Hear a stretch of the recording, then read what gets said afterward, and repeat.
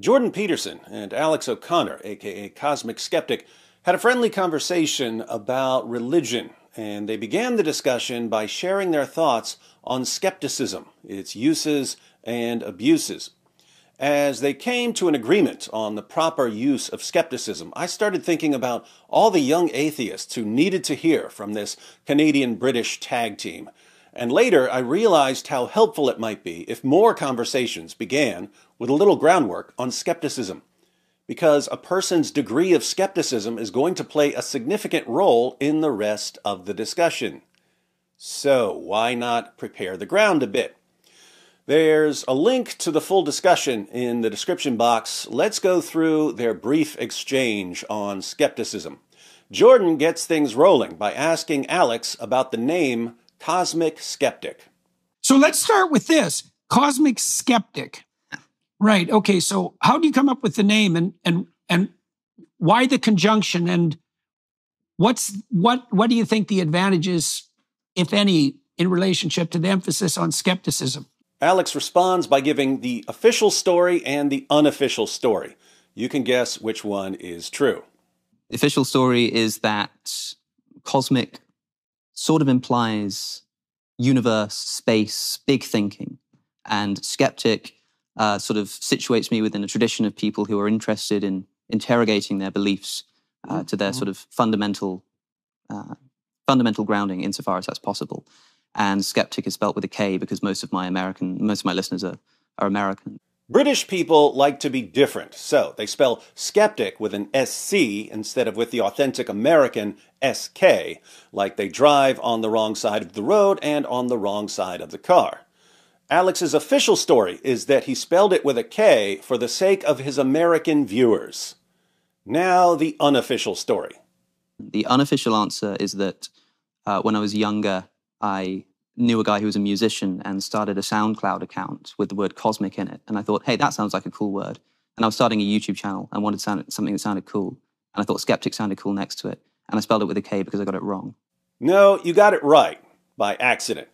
But if Alex was wrong about that, what else is he wrong about? I see. Okay. Well, who knows the actual derivation? And it's a good combination, though, because it's catchy, so that's nice from a marketing side, but it also has this, it's an interesting allusion to the combination of revelation and critical thinking that actually makes up actual thinking. A combination of revelation and critical thinking that makes up actual thinking. Jordan isn't talking about revelation in the religious sense of divine revelation. I think he just means that there's a vast array of ideas that are presented to us, and critical thinking is how you process these ideas. The problem with being concerned with a vast plethora of ideas is that many ideas are misleading and wrong. And so you have to learn how to combine that openness and curiosity with the capacity to separate the wheat from the chaff. Separating wheat from chaff. That's Jordan's picture of critical thinking. Skepticism would be like a tool that's used for winnowing. So you get a bundle of wheat. The chaff is the casing around the grain. You crush the wheat to break the casing, and then you use something like a winnowing fork to toss everything into the air. And the grain is heavier, so it falls back to the threshing floor, while the chaff blows away. So, in this analogy, skepticism would be one of the tools, like the winnowing fork. But there's a problem with skepticism. Yeah. And that's the utility of skepticism. I mean, it can degenerate into a kind of argumentative nihilism. That's the downside. Skepticism can degenerate into argumentative nihilism. In other words, if it's not used properly, it's just used to attack ideas and not to separate good ideas from bad ideas. So, if skepticism is like a winnowing fork, instead of using the winnowing fork to separate the wheat from the chaff, you use it to stab the pile of wheat. You never get anything valuable out of it, and you eventually starve, intellectually and perhaps spiritually. But properly applied, it separates the wheat from the chaff, right? And the purpose of that is to keep the wheat. The purpose of skepticism is not to destroy positions you don't like. The purpose of skepticism is to ultimately get to good ideas. And now for Alex's picture of skepticism. Well, skepticism can only ever be essentially destructive because you're being skeptical of something. Somebody's putting something forward and you're sort of responding to that with skepticism. And so for a lot of people, if skepticism is the thing that you do, then you sort of end up chipping away and ending up with nothing, whereas skepticism is really supposed to be a tool that you use. It is destructive, but in the way that you might sort of carve a piece of marble. Yeah, right. You're intending to get a statue out of it at the end. Yes. Well, that's the thing to always keep in mind is skepticism in the service of something. Exactly. Yeah, it's a tool. It's a methodological tool. Alex uses a completely different analogy, but he and Jordan have the same view. Skepticism is a tool. For Alex, it's like a chisel. You've got a block of marble. You use the chisel to chip away at the marble, but not just for the sake of getting rid of chunks of marble.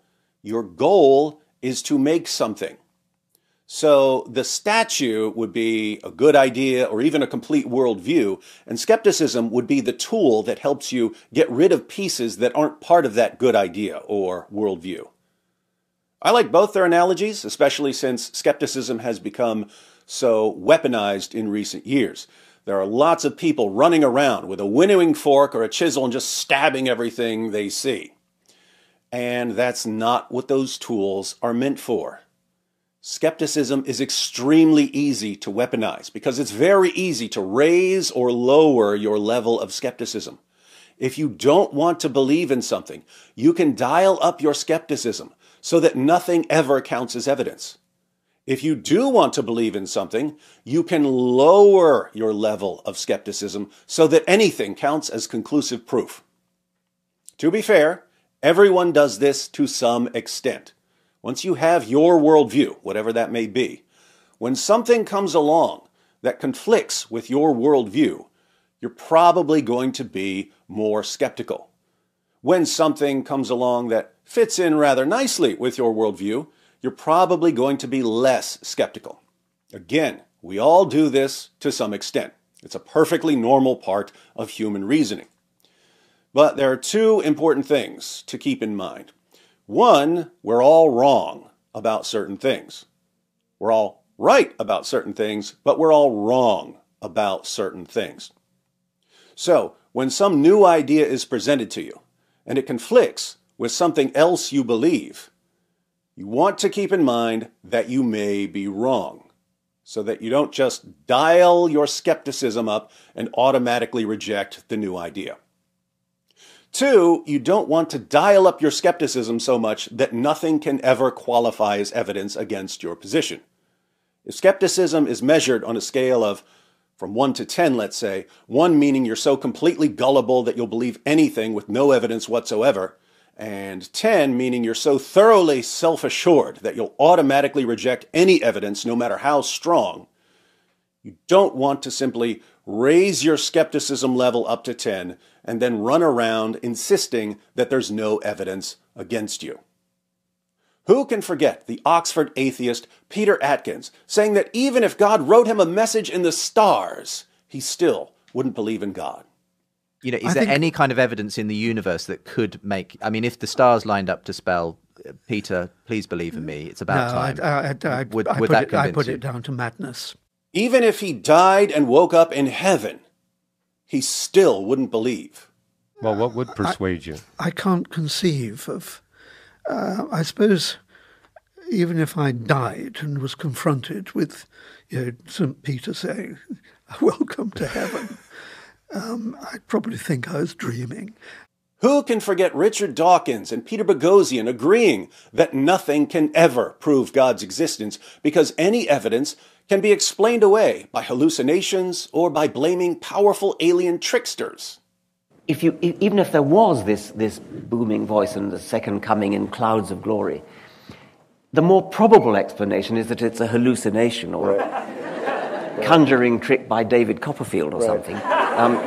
If you walked out and there were these globes that were spinning around that said, I am God, believe in me, or the famous Krauss thing, you walk out into the sky and it spells out in the stars in different languages, I am God, believe in me. Well, again, the problem is it could be a delusion, but the other problem is you'd have to rule out alternative explanations, like the aliens. Well, I mean, there could be an alien trickster culture or something. We're going to get those little humans. Any aliens who could actually visit us would have to be so far beyond us in their technology that they probably could manipulate the stars to spell out words. So what would persuade you? Well, I'm starting to think nothing would. Who can forget Matt Dillahunty admitting that even if someone he knew was dead suddenly appeared to him and shared information that the person couldn't possibly have known apart from something supernatural, Matt still wouldn't believe in the supernatural? So here's my question for you. I gave you that example of the beheading. I'm beheaded up here, everybody's out of the auditorium, you've already seen my headless corpse. I come walking out an hour later and you all see me alive, and I testify that I met someone in heaven and they shared with me a private conversation that they had with you that you know is correct. Now, wouldn't our understanding that that is impossible by natural causes, wouldn't that justify you to infer that a supernatural event has indeed occurred? Yeah, so I like this question because it proposes the very thing that never happens. Well, there's a lot of things. So it goes to the extreme to say, if we could, if this happened, would you then accept that there's a supernatural explanation? And the short answer is no. I've never seen anyone weaponize skepticism as successfully as the new atheists. A universe comes into existence. That's no evidence. The properties of that universe are finely tuned for life. No evidence. Life forms. No evidence. Human consciousness arises. No evidence. Hundreds of millions of people are convinced that they've witnessed miracles. No evidence. Near-death experiences. No evidence. Moral laws and logical laws and mathematics, whatever they are, they're abstract and conceptual. They only exist in a mind. And yet they're real, independent of any human mind. So where does that put them? No evidence. The new atheists run around screaming, "Where's your evidence? Where's your proof? Prove to me that God exists." But they don't seem to realize that all they've been taught is how to play skeptic. And it's really easy to play skeptic. It's really easy to dial your skepticism up to 10 and then say, there's no evidence. Of course, the people who taught the new atheists to play skeptic are people who've constructed a worldview that's impervious to evidence. So the leaders of the new atheism dial their skepticism up to 10 so that nothing can ever prove them wrong. Then they program a generation of atheists to do the same thing. And then they send these atheists into the world to scream, "Where's the evidence? We don't see any evidence." That's not the purpose of skepticism, my friends. Skepticism is a tool to help you get to the truth, not a weapon for hacking away at ideas you don't like. Some say that insanity is doing the same thing over and over again and expecting different results. I say that insanity is constructing a worldview that's impervious to evidence and then running around demanding evidence. In short, to all you atheists and agnostics out there, try to be more like Alex O'Connor, the cosmic skeptic, and less like Richard Dawkins, the galactic argumentative nihilist, as Jordan Peterson might put it.